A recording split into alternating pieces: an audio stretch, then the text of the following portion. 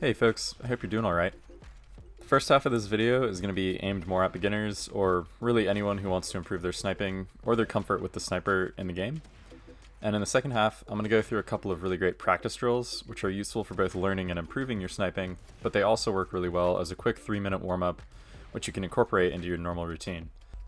If you're only interested in those, feel free to skip ahead. There's timestamps in the description, but with that being said, let's get into sniping mechanics. So similar to using a rifle like the Phantom or the Vandal, sniping requires you to be absolutely still while you shoot in order to be accurate. While sniping, we want to be able to stop, aim, and shoot as quickly as possible. We can easily learn how to do this by breaking down a sniper shot into a series of small steps that we take and do in succession, and eventually we'll build muscle memory that allows us to do all those steps in one fluid motion. Don't worry, those steps are really simple, and they are the following. We're going to aim and stop, zoom, flick, and shoot. One more time, that's aim and stop, zoom, flick, shoot. The most important thing I want you to keep in mind here is the first step, aim, or I should probably say pre-aim. We always want to be pre-aiming before we zoom in. Our main goal here is to minimize the amount that we have to flick while zoomed in before we can shoot. The reason this is probably the most important part is pretty simple. The further you have to flick your mouse, the more margin of error you're introducing into your shot. You'll see a lot of beginners just zoom in on nothing and then try to make some big flick to the enemy, which of course often results in a bad outcome. If they aimed first and then zoomed, they would have had a much easier time hitting that shot. Luckily in VALORANT we get a crosshair before we zoom in, and that helps us a lot with this pre-aiming that we need to do. So now that we've gone over that, I'm going to take you through exactly how to begin practicing this, and we're going to take it step by step. So let's go ahead and jump into the practice range and buy an operator. For this exercise, I want you to turn on the default 50 or 100 elimination challenge. It gives us all the time we need by not putting the bots on a timer like the aim challenges do. And I also want you to turn on strafing for the bots, which I'll talk more about in a minute. So go ahead and hit start and find the first bot. We're going to start this off very slow, a lot slower than you probably think you need to, and I want you to always start out by strafing.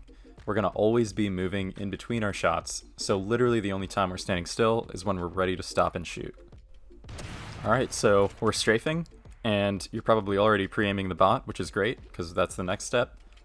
Then we're going to stop, zoom, flick, and shoot. Now you might not have to flick most of the time, especially when you're going slow at the start like this, and that's where the bot strafing comes in. Sometimes they'll strafe away from our pre-aim, and that gives us a good opportunity to practice the flick.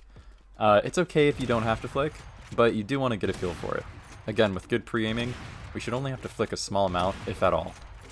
Once you start to speed things up, your pre-aiming will start to get a little bit less accurate, and you'll notice you'll need to start flicking a little bit more often. Now we're just going to rinse and repeat. Remember, after every shot I want you to immediately start strafing again and looking to pre-aim at that next bot. You'll start naturally speeding up as you get more comfortable with it, and you'll also start to notice you can focus less on each individual step because they'll start to become second nature. And what we're doing here is building muscle memory, and I think you'll be surprised at how quickly you start to catch on. A key part of this process, and really all learning processes, is recognizing errors that you make and thinking about what caused them. If your bullet doesn't go where you're aiming, you either didn't fully stop when you fired, or you started strafing again too early, causing you to move before you actually shot. If your shots are accurate, but you're just missing the shot, maybe your pre-aim is causing you to flick too far.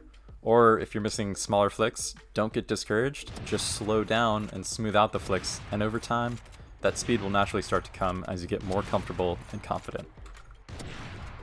Okay, so now we're at the practice drills part of the video, and I'm going to quickly repeat some info for the people who skipped ahead to this part. But the first exercise I recommend doing, and I'll get to the second one in a minute, is just this plain old 50 or 100 elimination challenge with bot strafing turned on. Speaking of strafing, while you're doing this, you want to always be strafing between your shots and really only standing still for that moment that you're shooting. This allows us to practice the full spectrum of sniping mechanics. Aim and stop, zoom, flick, shoot, and just helps us get a feel for the pace of the gun. With the operator, especially, once you get fast enough, you really want to be in tune with the gun's timing, because you're really at the mercy of the time it takes to load another round into the chamber, and also the zoom in time. I can't stress enough how important that aspect of this is.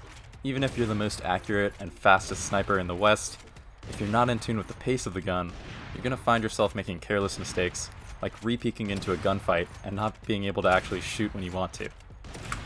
Speaking of pacing, the reason why I don't like using the aim challenge for this is because both the medium and fast speeds go too fast for the gun itself to keep up, and the easy speed just doesn't really bring anything better to the table than the elimination challenges.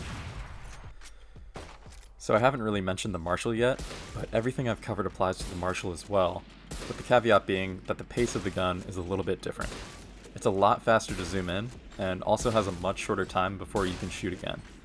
In terms of damage, the Marshal's a one-shot headshot and a two-shot body shot, and it's a fantastic eco weapon, which I think a lot of people are sleeping on right now. And whether or not you should practice with the Marshal or the op, or both, is up to you and how much you think you'll use each one.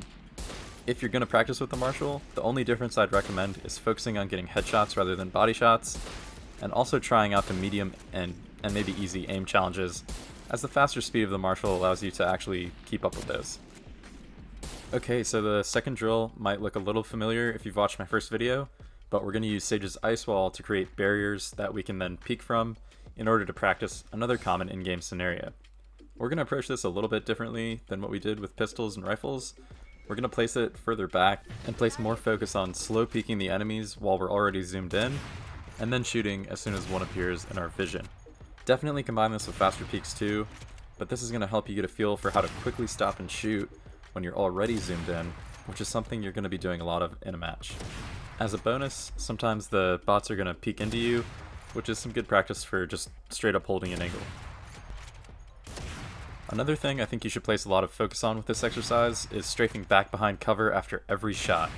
This is a super important part of sniping and something you should pretty much always be doing. You really only get one shot, and whether or not you want to take another shot or quickly switch to your pistol, there's going to be a moment of time where you're completely vulnerable, and that's when you want to be strafing back into cover so that you don't get caught with your pants down. So that should give you a great start for learning how to get more comfortable with the sniper and improving your overall performance. However, there's a lot more to be told around topics like your playstyle, positioning, and approach to in-game decision making, which differs from using regular rifles. Those are topics for another video, but for now, I hope this helped you, and as usual, let me know if there's anything I can improve on or topics you'd like me to go over. As always, have fun and enjoy the game.